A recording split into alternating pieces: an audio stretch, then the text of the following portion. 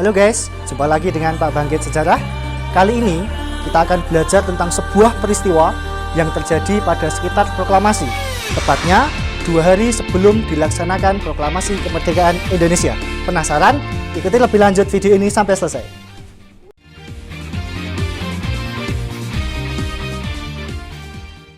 Setelah kota Hiroshima dan Nagasaki dibom atom oleh sekutu pada tanggal 6 dan 9 Agustus tahun 1945, maka otomatis Jepang menyatakan menyerah tanpa syarat kepada sekutu ketika tanggal 14 Agustus tahun 1945. Seketika, berita tentang kekalahan Jepang terhadap sekutu tadi disiarkan langsung oleh radio BBC London yang selanjutnya diketahui oleh tokoh Indonesia yang bernama Sultan Syahrir. Setelah mendengar berita kekalahan Jepang lewat radio tadi, Sultan Syahrir langsung menemui Soekarno-Hatta, yang kebetulan pada waktu itu Soekarno-Hatta baru saja pulang dari Dalat, Vietnam, membicarakan masalah janji kemerdekaan dari Jepang untuk Indonesia. Pada hasil pertemuan yang ada di Dalat, Vietnam, Jepang menjanjikan kemerdekaan Indonesia pada tanggal 27 Agustus tahun 1945. Ketika Sultan Syahrir bertemu dengan Soekarno-Hatta, memberitahukan bahwasanya Jepang sudah menyerah terhadap sekutu, tanggapan dari Soekarno dan Hatta adalah menolak untuk segera melakukan proklamasi karena alasan keamanan.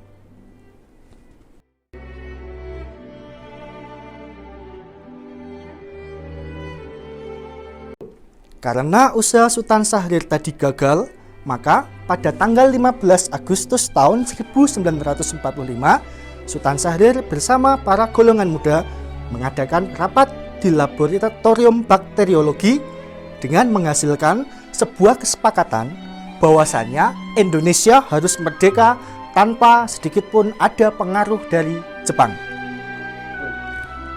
Rapat golongan muda yang dilaksanakan di laboratorium bakteriologi ini dipimpin oleh Khairul Saleh.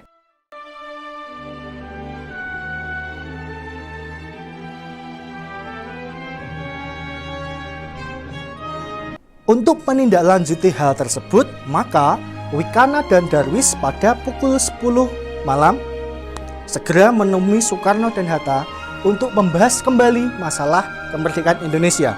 Namun, hasilnya sama saja. Soekarno dan Hatta tetap berpegang teguh bahwasanya kemerdekaan Indonesia harus menunggu sesuai dengan janji yang diberikan oleh Jepang.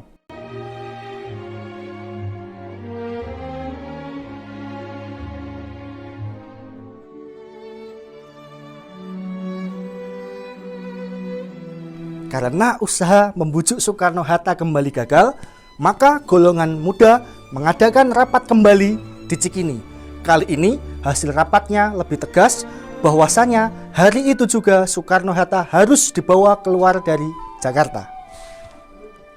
Dalam aksi pengamanan ini ditunjuklah Sodan Kosinge sebagai pemimpin aksi. Dan pada pengamanan ini berjalan bisa lancar karena dibantu oleh salah satu Sodanco Peta, yaitu Latif Hendra Ningrat. Lalu kemudian Soekarno-Hatta dibawa ke sebuah tempat yaitu Rengas Dengklok, kira-kira 12 km dari Kerawang. Tepat pada pukul 4 pagi, Soekarno beserta Fatmawati dan Guntur dibawa ke Rengas Dengklok dan kemudian ditempatkan di sebuah rumah petani milik Tionghoa yang bernama Jiao Kisong. Mengapa para pemuda memilih Rengas Dengklok sebagai tempat pengamanan Soekarno dan Hatta? Alasannya adalah lokasi Rengas Dengklok dirasa cukup aman dari pengaruh Jepang. Yang kedua, Daidan yang ada di Rengas Dengklok memiliki hubungan baik dengan Daidan yang ada di Jakarta. Dan yang ketiga, bertepatan pada saat itu sedang terjadi rapat PPKI di Jakarta. Salah satu tokoh golongan tua Indonesia yang bernama Ahmad Soebardjo menyadari bahwasanya Soekarno-Hatta tidak ada dalam rapat tersebut. Selanjutnya, Ahmad Soebardjo menemui Wikana dan Joseph Kunto untuk menanyakan di mana Soekarno dan Hatta berada. Kemudian Ahmad Soebardjo dibawa oleh Wikana dan Joseph Kunto ke Rengas Dengklok untuk menemui Soekarno dan Hatta. Sampainya di Rengas Dengklok, Ahmad Subarjo langsung berbicara terhadap golongan muda. Ahmad Subarjo memberikan jaminan pada golongan muda bahwasanya proklamasi kemerdekaan Indonesia akan dilaksanakan paling tidak besok pagi tanggal 17 Agustus tahun 1945 maksimal pukul 12 siang, dan sebagai gantinya hari ini Soekarno dan Hatta akan dibawa lagi ke Jakarta. Oleh karena itu, maka perwakilan golongan pemuda yaitu Soedanco Soebenno merelakan Soekarno-Hatta dibawa lagi ke Jakarta. Dengan dibawanya Soekarno-Hatta kembali ke Jakarta tadi, maka berakhir pulalah peristiwa Rengas Dengklok. Peristiwa Rengas Dengklok ini memberikan banyak hal yang bisa kita ambil nilai-nilainya. Salah satunya adalah dalam membangun sebuah bangsa tidak hanya dibutuhkan satu golongan saja, tetapi dibutuhkan banyak golongan untuk bersatu dan membangun bangsa. Seperti halnya pada era pasca kemerdekaan saat ini, saya harapkan anak-anak semua bahu-membahu dalam membangun bangsa sesuai dengan cita-cita kemerdekaan Republik Indonesia. Sekian saja pembelajaran dari Pak Bangkit hari ini. Kita tunggu besok-besok lagi materi-materi yang lebih menarik dari hari ini. Salam sehat dan semangat selalu.